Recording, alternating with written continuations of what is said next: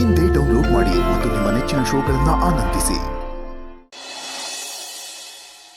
ನೋಡಿ, ನಿಮ್ಗಾಗಿರೋ ನಷ್ಟದ ಬಗ್ಗೆ ನಮಗೆ ಗೊತ್ತಿಲ್ಲ. But we are caught in a situation. ಹಾಗಾಗಿ ನಿಮ್ಮ ಮಾತುಗಳಿಗೆ ನಾವು ಒಪ್ಕೋತಾ ಇದ್ದೀವಿ. ಪರಿಹಾರಕ್ಕೆ ಅಂತ ನೀವು ಕೇಳಿದ ಹಣ ಕೊಡೋದಕ್ಕೆ ನಾವು ರೆಡಿ ಇದ್ದೀವಿ.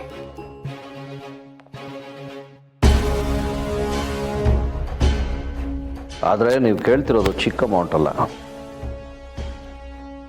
ಮಾಧವನ ಮನೆಯವರ ಮಾತಿಗೆ ತಪ್ಪಲ್ಲ ಅನ್ನೋ ಒಂದೇ ಮಾತನ್ನು ಉಳಿಸ್ಕೊಳ್ಳೋದಕ್ಕೋಸ್ಕರ ನಾವು ಇದಕ್ಕೆ ಒಪ್ಕೋತಿದ್ದೀವಿ. ಆದರೆ ನಮಗೆ ಸ್ವಲ್ಪ ಸಮಯಾವಕಾಶ ಬೇಕಾಗತ್ತೆ. ಒಳ್ಳೆ ನಿರ್ಧಾರನೇ ತೊಗೊಂಡಿದ್ದೀರಾ. ಕೋರ್ಟ್ಗೆ ಹೋಗಿ ಸಿಗಾಕೊಳ್ಳೋ ಬದಲು ದುಡ್ಡು ಕೊಟ್ಟು ಇದೆಲ್ಲದರಿಂದ ಆಚೆ ಬರೋದೇ ಒಳ್ಳೇದು. We respect your decision Madhav ಅವರೇ. ನೀವು ನಿಮ್ಮ ನಿರ್ಧಾರಗಳನ್ನ ಎಷ್ಟು ಗೌರವಿಸ್ತೀರಾ ಅಂತ ನೋಡಿದ್ದೀವಿ ಬಿಡಿ. ಸಮಟ್ ಪ್ಲೀಸ್ ನೋಡಿ, 150 ಕೋಟಿ ದುಡ್ಡನ್ನ ಒಂದೇ ಸಲ ಹೊಂದಕ್ಕಾಗಲ್ಲ. ಆಡಿಟಿಂಗ್ ಇಶ್ಯೂಸ್ ಆಗುತ್ತೆ.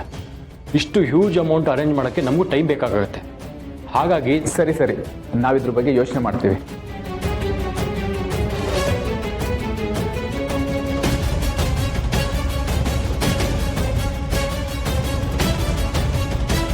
ಸರಿ, ಹಾಗಾದರೆ ನಾವು ನಿಮಗೆ ಕಾಲಾವಕಾಶ ಕೊಡ್ತೀವಿ. ಆದರೆ ಅದಕ್ಕೂ ಮುಂಚೆ ನೀವು ಅಪಾಲಜಿ ಲೆಟರ್ಗೆ ಸೈನ್ ಹಾಕಬೇಕು. ಇಷ್ಟು ದುಡ್ಡನ್ನು ನೀವು ಕೊಡ್ತಿದ್ದೀವಿ ಅಂತ ಹೇಳಿ ಇನ್ನೊಂದು ಅಗ್ರಿಮೆಂಟ್ ಮಾಡಿಕೊಡ್ಬೇಕು. ಅಪಾಲಜಿ ಲೆಟರ? ನಾವು ತಪ್ಪೇ ಮಾಡಿಲ್ಲ ಅಂದಮೇಲೆ ನಾವ್ಯಾಕೆ ಅಪಾಲಜಿ ಲೆಟರ್ಗೆ ಸೈನ್ ಮಾಡಬೇಕು? ಅಭಿ ಸರ್, ತಪ್ಪೇ ಮಾಡಿಲ್ಲ ಅಂದ್ರು ದುಡ್ಡು ಕೊಡ್ತಿದ್ದೀರ ತಾನೆ? ಕಾನೂನಿನ ಪ್ರಕಾರ, ದಾಖಲೆಗಳ ಪ್ರಕಾರ ನೀವು ತಪ್ಪು ಮಾಡಿದ್ದೀರಾ. ನಾವೇನು ಅನ್ನೋದು ನಮ್ಮ ಮನ್ಸಿಗೆ ಗೊತ್ತು, ನಮ್ಮ ಆತ್ಮಕ್ಕೆ ಗೊತ್ತು. ಈ ದಾಖಲೆ, ಪತ್ರ, ಸಹಿ ಇದೆಲ್ಲ ನೆಪ ಮಾತ್ರ. ಆಗಲಿ ಸರ್, ನಾನು ತಪ್ಪೊಪ್ಪಿಗೆ ಪತ್ರಕ್ಕೆ ಸೈನ್ ಮಾಡಿಕೊಡ್ತೀನಿ. ಹಾಗೇನೆ ನಿಮ್ಗೆ ಇಷ್ಟು ದುಡ್ಡು ಕೊಡಬೇಕು ಅಂತ ಅಗ್ರಿಮೆಂಟು ಮಾಡಿಕೊಡ್ತೀನಿ. ಸರಿ ವಕೀಲ್ರೆ, ನೀವು ಪೇಪರ್ಸ್ ಎಲ್ಲ ರೆಡಿ ಮಾಡ್ಕೊಳ್ಳಿ. ಇನ್ನೊಂದು 10 ನಿಮಿಷದಲ್ಲಿ ನಾವೆಲ್ಲ ಮತ್ತೆ ಸಿಗೋಣ.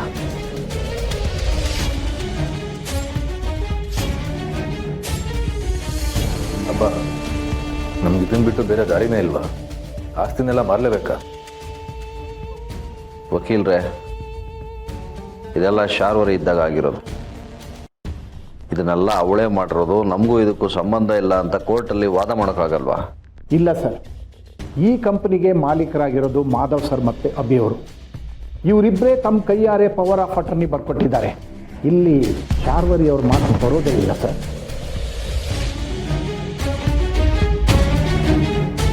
ನಾವೀಗ ಕೋರ್ಟು ಕೇಸು ಅಂತ ಹೋದರೆ ಅವ್ರ ಹತ್ರ ಇರೋ ಡಾಕ್ಯುಮೆಂಟ್ಸ್ನ ಅವರು ಕೋರ್ಟಲ್ಲಿ ಸಬ್ಮಿಟ್ ಮಾಡ್ತಾರೆ. ಆಗ ಕಂಪ್ನಿ ಲಾಕೌಟ್ ಆಗುತ್ತೆ ಸರ್. ನಮಗೆ ಬೇರೆ ದಾರಿನೇ ಇಲ್ಲ.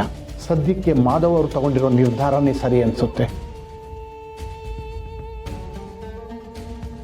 ಒಂದು ತಪ್ಪಿಗೆ ಇಷ್ಟು ದೊಡ್ಡ ಶಿಕ್ಷಣ, 150 ಕೋಟಿ, ಕಂಪನಿ, ಕೆಫೆ ಎಲ್ಲ ಮಾರಬೇಕಲ್ಲ.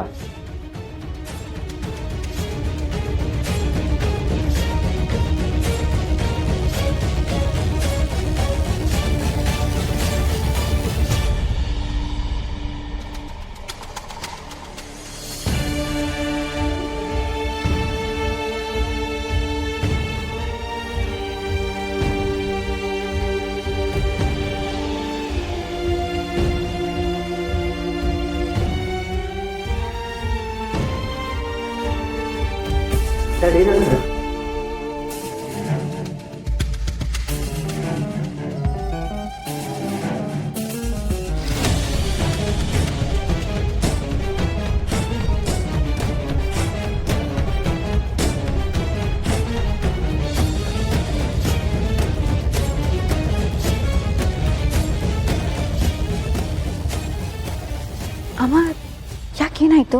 ಯಾಕಿಷ್ಟು ಗಾಬರಿ ಆಗಿದ್ದೀರಾ? ಒಂಥರ ಸಂಕಟ ಅನ್ನಿಸ್ತಾ ಇದೆ ಪೂರ್ಣಿ. ಮಾಧವ್ ಅವರಾಗ್ಲಿ, ಮಕ್ಕಳಾಗ್ಲಿ ಹೀಗೇನು ಮಾಡ್ಬೋದು? ಅವರಿಷ್ಟೆಲ್ಲ ಕಷ್ಟ ಅನುಭವಿಸ್ತಾ ಇರುವಾಗ ಕೈಲಿ ಏನು ಮಾಡೋಕ್ಕಾಗ್ತಾ ಇಲ್ಲ. ಯೋಚನೆ ಮಾಡಬೇಡಿ ಅಮ್ಮ. ನೀವು ಈ ರೀತಿ ನೊಂದ್ಕೊಂಡ್ರೆ ನಮಗೆ ದಿಕ್ಕೆ ತೋಚ್ದಾಗತ್ತೆ. ಧೈರ್ಯ ತಂದ್ಕೊಳ್ಳಿ.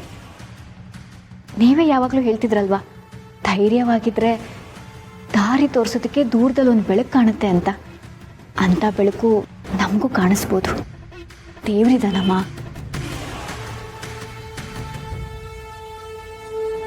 ಪೂರ್ಣಿ, ಏನಿದು? ಮಗು ಕೊಡೋ ಫುಡ್ಡು ಹುಷಾರಾಗಿರ್ಬೇಕು ತಾನೆ. ಯಾಕೇನಾಯ್ತು? ಏನಾಯ್ತಾ, ಇದು ಡೇಟ್ ಎಕ್ಸ್ಪೈರ್ ಆಗಿದೆ. ಅದು ನೋಡದೆ ಮಗುಗೆ ತಿನ್ಸಿದ್ರೆ ಎಂಥ ಅನಾಹುತ ಆಗ್ತಿತ್ತಲ್ವಾ. ಅಯ್ಯೋ ದೇವ್ರೆ, ಅಂಗಡಿಯವ್ನು ಯಾಕೆ ಹೀಗೆ ಮಾಡ್ದ? ಸದ್ಯ ದೇವರ ದಯದಿಂದ ದೀಪಿಕಾ ನೋಡಿದ್ರಿಂದ ಒಳ್ಳೇದಾಯ್ತು. ಪೂರ್ಣಿ, ಇನ್ಮೇಲೆ ಹುಷಾರಾಗಿ ನೋಡಮ್ಮ. ಮಕ್ಕಳು ತಿನ್ನೋ ವಸ್ತುನ ಈ ರೀತಿ ಮೋಸ ಮಾಡ್ತಾರೆ ಅಂದರೆ ಅವ್ರನ್ನ ಕ್ಷಮಿಸಬಾರ್ದು. ಹೌದು ಅಮ್ಮ, ಈ ಶಾಪ್ ಅವ್ರ ಮೇಲೆ ಕೇಸ್ ಹಾಕಬೇಕು. ಈ ಥರ ಡೇಟ್ ಬಾರ್ ಆಗಿರೋ ವಸ್ತುಗಳನ್ನೆಲ್ಲ ಮಾರಾಟ ಮಾಡ್ತಿದ್ದಾರೆ. ಅವ್ರನ್ನೆಲ್ಲನೂ ಬೀದಿಗೆಳಿಬೇಕು.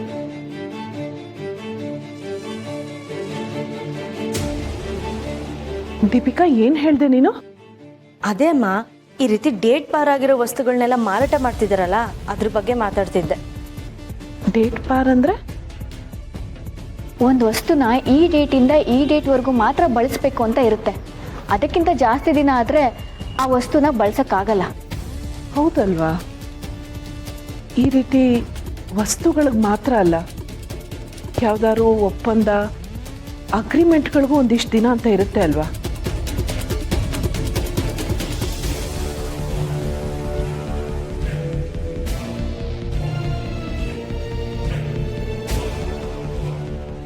ಹೌದು ಅಮ್ಮ, ಖಂಡಿತ ಇರುತ್ತೆ. ನನಗೆ ಇದೆಲ್ಲದ್ರ ಬಗ್ಗೆ ತಿಳ್ಕೋಬೇಕು ಅಂತ ಅನ್ನಿಸ್ತಾ ಇದೆ. ಸ್ವಲ್ಪ ಹೇಳ್ತೀಯಾ? ಸರಿ ಅಮ್ಮ, ನಾನು ಈಗಲೇ ಲ್ಯಾಪ್ಟಾಪ್ ತೊಗೊಂಬರ್ತೀನಿ. ನೀವೇನು ಯೋಚನೆ ಮಾಡ್ತಿದ್ರಂತ ನನಗೆ ಗೊತ್ತಾಯ್ತು. ನಾನು ಹೋಗಿ ಫೈಲ್ಸ್ ತರ್ತೀನಿ.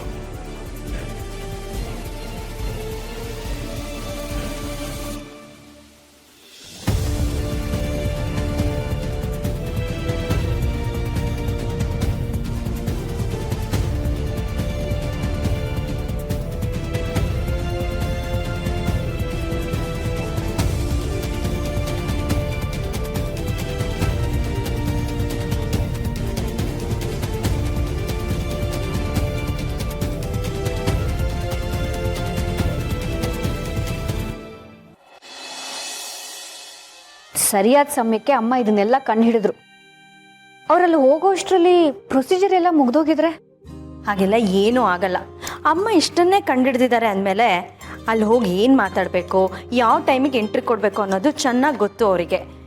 ಇಷ್ಟೊತ್ತಾಗಲೇ ಆ ಕೇಸ್ ಆಗ್ತವ್ರ ಮಕ್ಕದ ಮೇಲೆ ಬೆವರಿಳಿಸಿರ್ತಾರೆ. ನನ್ಗೆ ಈಗಲೂ ಆಶ್ಚರ್ಯ ಆಗುತ್ತೆ ಗೊತ್ತಾ, ಅಮ್ಮ ಇಷ್ಟು ದೊಡ್ಡ ಸಮಸ್ಯೆನ ಇಷ್ಟು ಬೇಗ ಕಂಡಿಡಿದ್ರು ಅಂತ. ಅಮ್ಮ ಹೀಗೆಲ್ಲ ಯೋಚನೆ ಮಾಡ್ತಾರಂತ ನಾವು ಯಾರೂ ಅನ್ಕೊಂಡಿರ್ಲಿಲ್ಲ. ಅಮ್ಮನ ಬಗ್ಗೆ ಮಾವ, ದತ್ತ ತಾತ ಯಾವಾಗಲೂ ಹೇಳ್ತಿರ್ತಾರೆ ಅಲ್ವಾ, ಅಮ್ಮಂಗೆ ಬರೀ ಪ್ರೀತಿ ಕಾಳಜಿ ಮಾತ್ರ ಅಲ್ಲ, ಅದಕ್ಕಿಂತ ಹೆಚ್ಚಾಗಿ ಜಾಣತನನೂ ಇದೆ ಅಂತ. ಆ ಜಾಣತನನ ಎಲ್ಲಿ ಯಾವಾಗ ಹೇಗೆ ಉಪಯೋಗಿಸ್ಬೇಕು ಅಂತ ಅವ್ರಿಗೆ ತುಂಬ ಚೆನ್ನಾಗಿ ಗೊತ್ತು.